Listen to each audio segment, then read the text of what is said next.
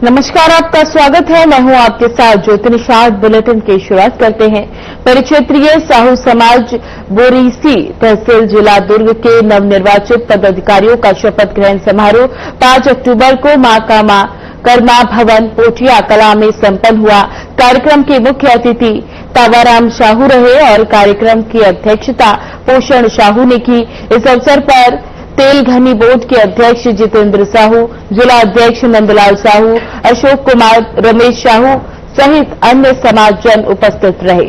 वहीं विशेष अतिथियों के रूप में दिव्या कलिहारी, रानी साहू, सविता साहू एवं गुलाब साहू ने पदाधिकारियों को बधाई दी। समारोह में समाज की एकता और संगठन को सुदृढ़ करने का संकल्प लिया गया। कार्यक्रम का सफल संचालन परिक्षेत्रीय साहू समाज बोरीसी द्वारा किया गया।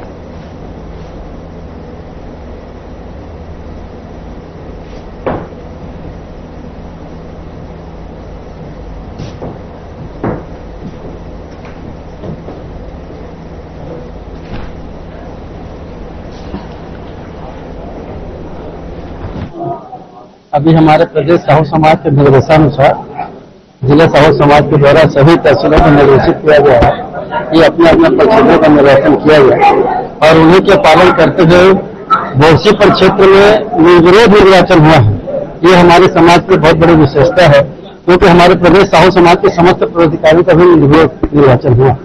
उन्हीं के प्रत्यक्ष में आज निर्विरोध निर्वाचन के पश्चात यहाँ शानदार शपथ ग्रहण समारोह का आयोजन किया गया है और आप सब देख रहे हैं यहाँ पे हमारे करीब 25 पदाधिकारी अभी शपथ ग्रहण में भाग लिए हैं और निश्चित रूप से समाज के उत्तरोत्तर प्रगति के विकास के लिए काम करेंगे। हमारा लक्ष्य ये है कि हमारा समाज अपने समाज के साथ सभी समाज को साथ लेके चले और हमारा समाज जैसा विकास कर रहा है वैसे अन्य समाज विकास करे, ये हम लोगों का उद्देश्य है। अभी इस कार्यक्रम में प्रमुख रूप से हमारे समाज के जितने भी वरिष्ठ हैं जिला के, हमारे पूर्व मंत्री गृह मंत्री ताम्रध्वज जी भी उपस्थित थे मुख्य अतिथि के रूप में।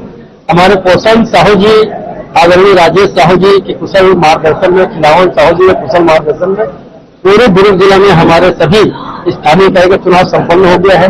परिक्षेत्र के चुनाव बारी बारी से हो रहा है, जैसे बोरसी का चुनाव हो गया, न्यू आदर्श नगर का चुनाव हो गया। अब बाकी 4 परिक्षेत्र और है, उनका चुनाव अभी संपन्न करना है। चुनाव के बाद सभी पदाधिकारियों को एक शानदार सम्मेलन होगी और उसमें सामाजिक विकास के लिए संरचना कैसे बढ़े उसके लिए हम लोग विचार विमर्श करके समाज को आगे बढ़ाएंगे। विषय है कि आज हमारे बोरसी परिक्षेत्र में जितने भी हमारे पदाधिकारी है उगरमन के आज शपथ ग्रहण के आयोजन रखी गई से और उन्हें हमारे परिक्षेत्र के करीब 20-25 पदाधिकारी मन शपथ ली से और आज से मन संकल्प ली से कि हम साहू समाज में कैसे आगे बढ़ा सकते हैं और साहू समाज के विकास के बारे में कैसे हम काम कर सकते हैं। एक आज आयोजन रखी गई से तो निश्चित ही साहू समाज बहुत पढ़े लिखे समाज है और आगे समाज है, बड़ा समाज है, एक विचार भी अच्छे है, आपने सब जाना तो। और हमारे साहू समाज के व्यक्ति में बहुत सरल होते और सरल भावना से पूरा काम करे। आप तेलंगानी अध्यक्ष बने हैं तो इसका साहू समाज को कितना फायदा होगा? ये बिल्कुल बहुत बड़े फायदा हुए। ये साहू समाज की एक सम्मान है। अगर मैं नहीं बनते अध्यक्ष तो कोई दूसरा साहू समाज बनती। तो साहू समाज की जनसंख्या छत्तीसगढ़ में सबसे ज्यादा है। ऊपर कारण साहू समाज में एक सम्मान देकर तेलंगानी बोर्ड के गठन करे गए और निश्चित ही मुझे काम करने के अवसर मिले थे। और हमारे विष्णुदेव सरकार जी ने हम मांग करे हैं कि साहू समाज में कुछ तेलंगानी की मशीन दे जाए ऐसे करके। तो सरकार है सर्व समाज लेके चली से और सर्व समाज के हित देखते हुए और शुद्ध पे हमारे जनता मन खाए कर लिए सरकार है 35% की सब्सिडी दे, जिससे हम कोई भी मशीन लगाबो 1 लाख के लगाबो तो हमें 35,000 की सब्सिडी मिली और हमें अगर 2 लाख के लगाबो 70,000 की सब्सिडी मिली। ये योजना सरकार है ला है। परिक्षेत्रीय उपाध्यक्ष बोरसी, हमारा समाज एक सुदृढ़ समाज है। सही व्यवस्था में गलत आदमी सही कार्य करने के लिए बाध्य हो जाता है और गलत व्यवस्था में सही आदमी गलत कार्य करने के लिए विवश हो जाता है।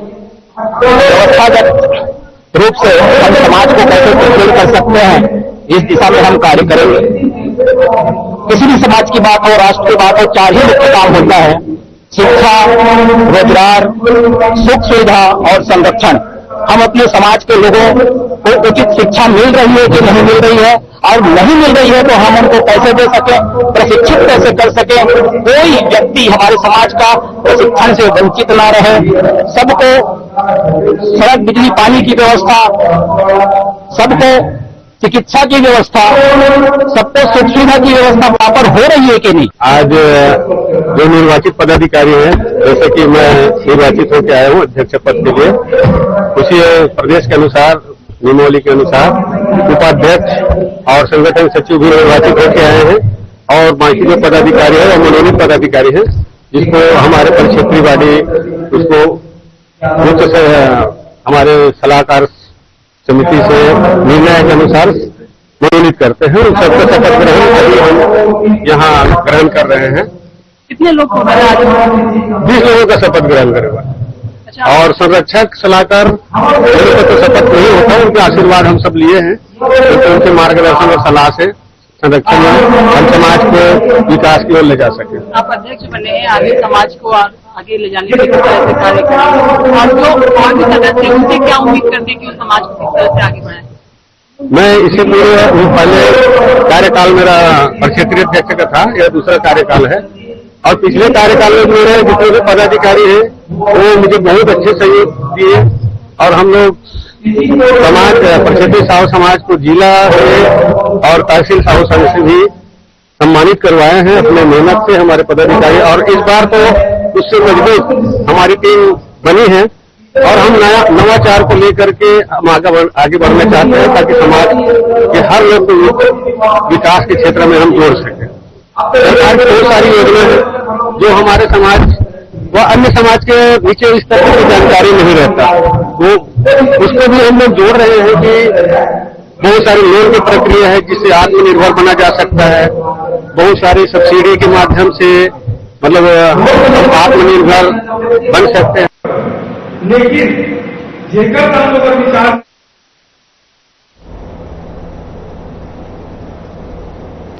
छत्तीसगढ़ का बस्तर पूरे विश्व में प्रसिद्ध है और विश्व भर में सैलानी यहां भ्रमण को आते हैं। प्रकृति ने बस्तर को खनिज के साथ ही प्राकृतिक रूप से भरा है। यहां पर्यटन स्थान है जो सैलानियों का मन मोह लेता है। यहां के पहाड़, जल प्रांतीय और गुफाएं लोगों को आकर्षित करती हैं। कांकेर जिले के दुर्ग कुंडोल ब्लॉक मुख्यालय से महज 15 किलोमीटर की दूरी में बसा सोनादुई का पहाड़ भी काफी आकर्षित करने वाला स्थल है। ये धार्मिक महत्व के साथ ही पर्यटन के लिहाजे से काफी मनमोहक दृश्य देखने को मिलता है। आसपास के लोग इस पहाड़ से सोनादाई माई के दर्शन के लिए पहुंचते हैं, साथ ही खूबसूरत दृश्य का आनंद भी लेते हैं। कहा जाता है इस पहाड़ में सोने का एक खंभा है जो छन छन कर क्षेत्र के प्रवाहित कोठरी नदी में बहता है और सोनार जाति के लोग इसे निकालते हैं और अपना जनजीवन चलाते हैं।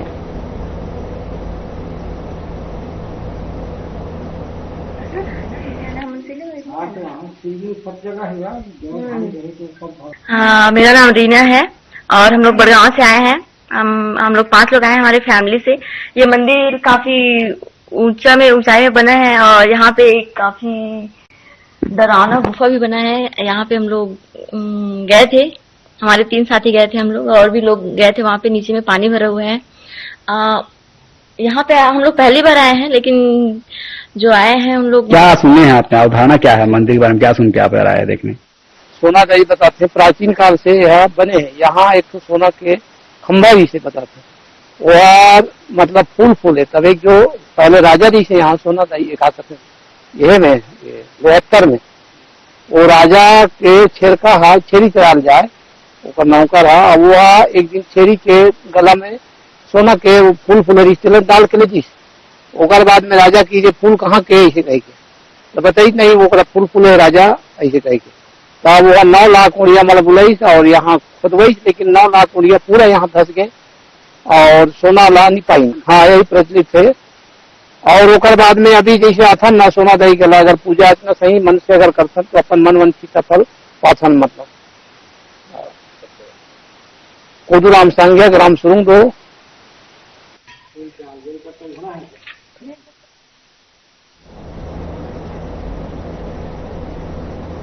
बीजेपी के मुख्य प्रवक्ता और सांसद संतोष पांडे ने कांग्रेस प्रदेश अध्यक्ष दीपक बैज के बयान पर निशाना साधा। उन्होंने कहा कि बैज का बयान न सिर्फ शर्मनाक है बल्कि देश विरोधी तत्वों को मनोबल बढ़ाने वाला है। जब जब नक्सलियों के खिलाफ लड़ाई निर्णायक मोड़ पर पहुंचती है, कांग्रेस उसे कवर फायर देने के लिए आगे आ जाती है। उन्होंने और कुछ क्या कहा, आइए आपको सुनवाते हैं।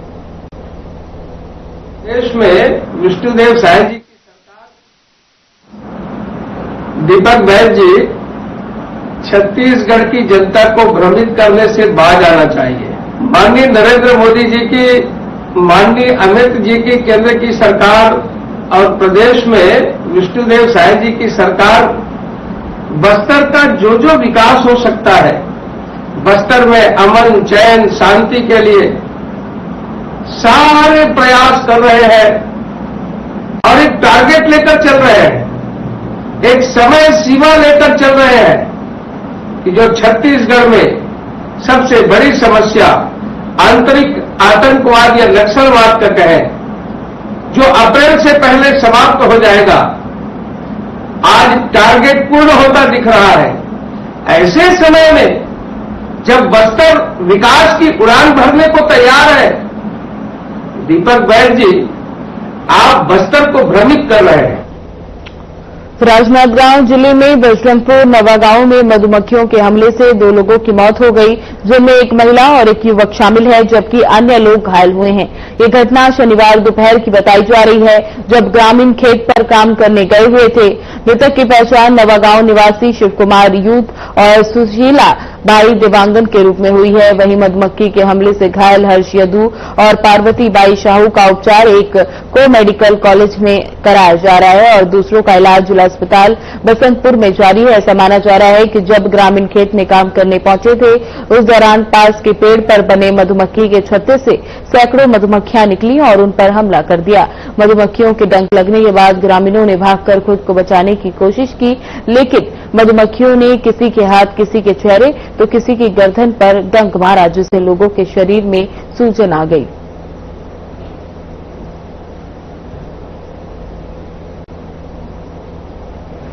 ये हम 9:30 बजे से घर से निकले, हम 10 बजे पहुंचे हैं। थैला बसला रखे रहे, ओकर बाद जून के जुमाई से हमन खेत में गोल्डन 2 झन मन समन इधर इधर भागी, 3 झन रिश्ते मन है। ओकर बाद रेलवे कैसे आवत मोर खुद पता नहीं है। हाँ, 3 झन ला ज्यादा काटे है, 2 झन ला कम काटे है। 4/10/2025 की घटना बजरंगपुर नवागांव वार्ड नंबर 1 में हुआ है, जो हमारे वार्ड से एक दूसरे किसान लोग एक दूसरे की मदद करने के लिए अपने अपने खेत में जाते हैं। इसी प्रकार करगा छाटने, नींदा बन निकालने के लिए 5 बनिहारी गाँव का ही एक इंदल साहू नाम के खेत में नींदने के लिए कल पहुंचे। करीब 10 बजे पहुंचते ही वहां पे मेरे से जो भौरी से वहां से वो जो दतिया के रूप में भावर बोलते हैं, वो निकला और इन लोग के ऊपर एकदम आक्रमण कर दिया।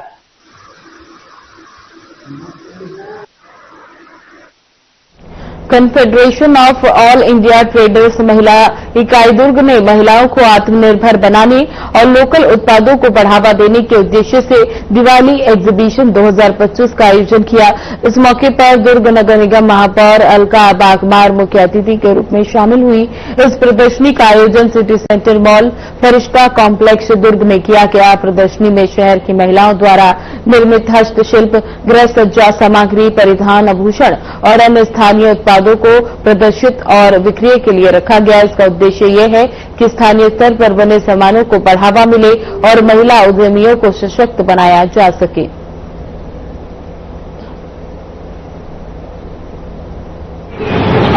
ये 6th टाइम हम कर रहे हैं। इसके पहले हम चैम्बर ऑफ कॉमर्स के माध्यम से ये कार्यक्रम करते आते हैं। हम confederation of all India traders के बैनर पे ये कार्यक्रम कर रहे हैं और इसका बहुत अच्छा रेस्पॉन्स मिलता है। जो भी महिला है, चाहे वो घर में रंगोली से भी बहुत अच्छे से क्राफ्ट बना रही है, गोबर से दिए, धूपबत्ती और हैंडमेड ज्वेलरीज हो गई, अन्य कई प्रकार के घर के डेकोरेशन के आइटम, बड़ी पापड़, किचिया, इनको एक बहुत अच्छा प्लेटफॉर्म मिलता है। क्योंकि देखिए, ऐसे लोकल में जाकर के शॉप्स हर किसी को अफोर्ड करना उतना पॉसिबल नहीं हो पाता। तो इस प्रकार के आयोजन करने से इनको बहुत अच्छे कॉन्टैक्ट्स मिल जाते हैं और इनके घर बैठे, और स्पेशली हम जो वोकल फॉर लोकल और जो हम स्वदेशी की बात कर रहे हैं, इस कार्यक्रम के से बहुत अच्छा प्लेटफॉर्म इन सबको मिलता। आज दिवाली पूर्व स्वदेशी सामान का एग्जीबिशन रखा गया है और ये प्लेटफॉर्म को देने वाली हमारी पायल जैन जी है, जिन्होंने देसी सामान बनाने वाली महिलाओं को एक स्थान दिया है। और देख रहे हैं आपकी गोबर से कितने सुंदर सुंदर सामान बने हुए हैं, जो वैक्स का बनाया है, बहुत खूबसूरत सामान बनाए हुए हैं। और खाने पीने का भी सामान है, जो पापड़ है, बड़ी है, बिजौरी है। मिसेस यूनिवर्स और confederation of all India traders की महिला विंग की अध्यक्ष पायल जैन को पहले तो बधाई देना चाहूंगी मैं। और इन्होंने जब चेंबर ऑफ कॉमर्स में थे तभी भी हर साल एग्जीबिशन लगाते थे और अभी इस साल भी इसके थ्रू लगाया हुआ है। तो जैसे मोदी जी ने अभी कहा है कि सशक्त नारी स्वस्थ परिवार, तो इस महिला दिवस पे जो थीम रखी थी, तो पायल जैन तो पहले से ही सशक्त है और सारी महिलाओं को जो एक प्लेटफॉर्म देके सभी को सशक्त कर रहे, तो इसके लिए मैं बहुत बहुत इनको बधाई देना चाहूंगी। और अलका बागमार जी महापौर मैडम भी आए हैं सपोर्ट करने, तो मैं उनको भी धन्यवाद देना चाहूंगी। और ये काफी अच्छी पहल है, जो महिलाएं घर से जो व्यवसाय करना चाहते, बिजनेस करना चाहते, उनको एक प्लेटफॉर्म मिलता है यहाँ पे। देश के लिए ट्रैक बनाने वाले लद्दाख में संवैधानिक अधिकारों के लिए शांतिपूर्ण आंदोलन करने वाले सामाजिक कार्यकर्ता सोनम वांगचुक को झूठे आरोप में गिरफ्तार कर जेल भेज दिया गया। इसी के खिलाफ में शनिवार को राजनांद गांव में आदिवासी समाज ने कलेक्टर कार्यालय पहुंचकर राष्ट्रपति और प्रधानमंत्री के नाम ज्ञापन सौंपा। सैकड़ों संख्या में जुटे आदिवासियों ने कहा कि देश सेवा के लिए समर्पित व्यक्ति को देशद्रोही बताकर जेल भेजना शर्मनाक है। ज्ञापन में ये भी मांग की गई कि सोनम वांगचुक पर लगाया गया एनएसए हटाया जाए और उन्हें तुरंत रिहा किया जाए। लद्दाख में हुई गोलीबारी और हिंसा की न्यायिक जांच कराई जाए, साथ ही लद्दाख को 6ठी अनुसूची और पूर्ण राज्य का दर्जा दिया जाए। आंदोलनकारियों ने सरकार पर आरोप लगाया कि वे लद्दाख की आवाज को दबाना चाहती है। एक ऐसे व्यक्ति को जेल में डालना जो जल, जंगल, जमीन और जवान की बात करता है, ये लोकतंत्र की हत्या है।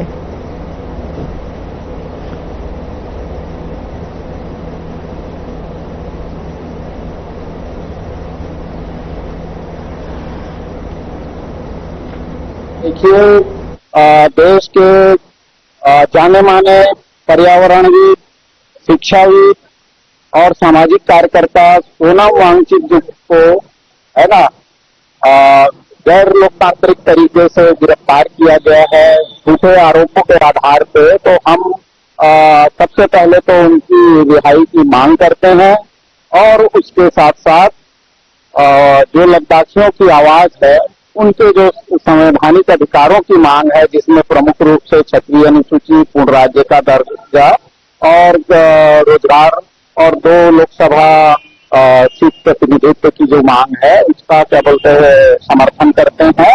और इसके लिए केंद्र सरकार जो है पहले तो वहां पे शांति बहाल करे और उसके लिए तो उनसे वार्ता करे और उनकी मांगे पूरी करे।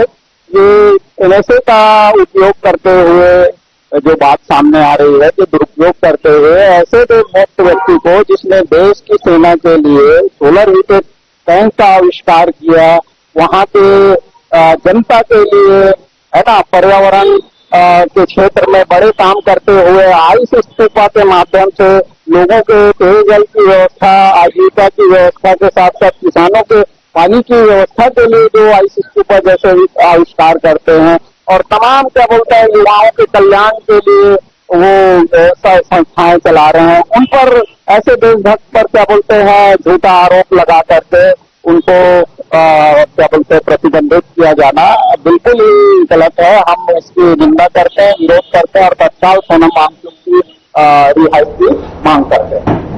राजनांदगांव जिले के सरकारी अस्पताल में अव्यवस्था का आलम यह है कि यहां ऑपरेशन थिएटर में कुत्ते खुलेआम घूमते नजर आ रहे हैं और प्रसूति वार्ड में शववान टहल रहे हैं। तो वहीं इस गंभीर स्थिति को देखते हुए युवा कांग्रेस और एमएसयूआई कार्यकर्ताओं ने अस्पताल का दौरा किया और अस्पताल के अध्यक्ष को ज्ञापन सौंपा और साथ ही सुरक्षा नई मशीनें, विशेषज्ञ डॉक्टर की नियुक्ति और अन्य सुविधाओं की मांग के साथ ही अभिमन्यु मिश्रा ने चेतावनी दी कि अगर जल्द सुधार नहीं हुआ तो युवा कांग्रेस सड़क पर उतरकर बड़ा आंदोलन करेगी।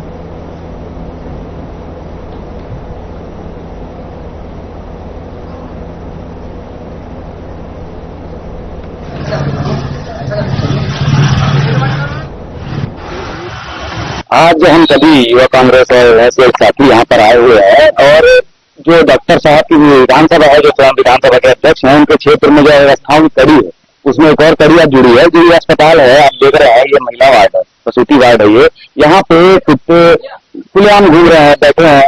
हालांकि कल हमारे कुछ दोस्त किसी एक मामले को लेकर के यहाँ किसी की मदद करने आए तो उनको देखे कि ऑपरेशन वार्ड के अंदर से कुत्ता निकल रहा है। और उसके अलावा यहाँ इतनी व्यवस्था है, कुछ दिन पहले यहाँ पे कलेक्टर साहब भी आए थे, उन्होंने वैसा सुधारने को कह के किया, लेकिन लगता है इनकी बात की वसूल लेता नहीं। तो आज हमने ज्ञापन के माध्यम से 5 बिंदुओं पे अपनी मांग रखी है, इसमें की सीटी स्कैन मशीन नहीं लगाने के लिए और एक्सरे मशीन नहीं लगाने के लिए। उसके अलावा यहाँ ब्लड सेपरेट मशीन भी खराब पड़ी हुई है और कई सारी यहाँ पे जो रेगुलर सेवाएं मिलनी चाहिए जनता को नहीं मिल पा रही है। सारे को सामूहिक रूप से हम लेकर के ज्ञापन बनाए थे और 1 हफ्ते का समय भी हमने दिया है। उन्होंने कहा है कि जो हमसे हो सकता है हम तत्काल पूरी करने की कोशिश करेंगे, लेकिन शासन से होने वाली चीजों की शासन पे मांग करेंगे। तो जल्द से जल्द अगर यहाँ की व्यवस्था नहीं सुधरती है तो युवा कांग्रेस एमएसए के हमारे साथी जल्द मिलकर प्रदर्शन करने की तैयारी। आज राजनांदगांव युवा कांग्रेस, एमएससीआई सेवा दल और कांग्रेस के हमारे साथीगण जिला अस्पताल पहुंचे थे। जिला अस्पताल पहुंचने का कारण यह है कि राजनांदगांव डॉक्टर साहब का क्षेत्र है, वो विधायक है यहाँ के। और आज जिला अस्पताल में कल की घटना है, कल ऑपरेशन चल रहा था, अंदर डॉक्टर अंदर मौजूद थे, महिला प्रसूति के लिए थी और वहां से घुमंतु श्वान निकल रहा है। जहां आम इंसान को जाने की अनुमति नहीं है, वहां घुमंतु श्वान इसकी लापरवाही से चला गया। और नवजात शिशु के लिए कितना खतरा हो सकता है, महिला जो ऑपरेशन में है उसके लिए कितना खतरा हो सकता है। कितनी दुर्भाग्य की बात है कि डॉक्टर साहब के क्षेत्र में जिला अस्पताल भी सुरक्षित नहीं है। लगातार मशीनें बनती है, सिटी स्कैन मशीन 2 दिन तक चलती है फिर खराब हो जाती है। 1 साल से राजनांदगांव जिला अस्पताल की सिटी स्कैन मशीन और एक्सरे मशीन खराब है। राजनांदगांव के ब्लड समूह की बात करें तो ब्लड बैंक में जो सिस्टम रखे गए हैं वो हर 2 दिन में खराब हो जा रहे हैं। तो किस क्वालिटी का सिस्टम लगता होगा। डॉक्टरों की कमी है, यहाँ विशेषज्ञों की कमी है, स्टाफ की कमी है। ओपीडी की पर्ची को लेकर के हमने 4 दिन पहले आकर के ओपीडी में कर्मचारी बढ़ाने की बात हमने रखी थी, तो इनका कहना था प्रशासन शासन से उतना अनुदान नहीं आता। तो किस हालत में जा रहा है डॉक्टर साहब का क्षेत्र। इन सभी मांगों को लेकर के आज हम प्रदेश प्रवक्ता अभिमन्यु मिश्रा के नेतृत्व में युवा कांग्रेस ही यहाँ पर पहुंचे थे, ज्ञापन सौंपा है और एक संकेतित हमने प्रदर्शन किया है, कुत्तों से सावधान बोर्ड लगा करके। ऋषि शास्त्री, युवा कांग्रेस उपाध्यक्ष, राजनांदगांव। तो ऑपरेशन थिएटर में हम लोग घुस नहीं सकते, आप लोगों के परमिशन के बिना कोई। फिलहाल बुलेटिन में बस इतना ही। बने रहे हमारे साथ। नमस्कार।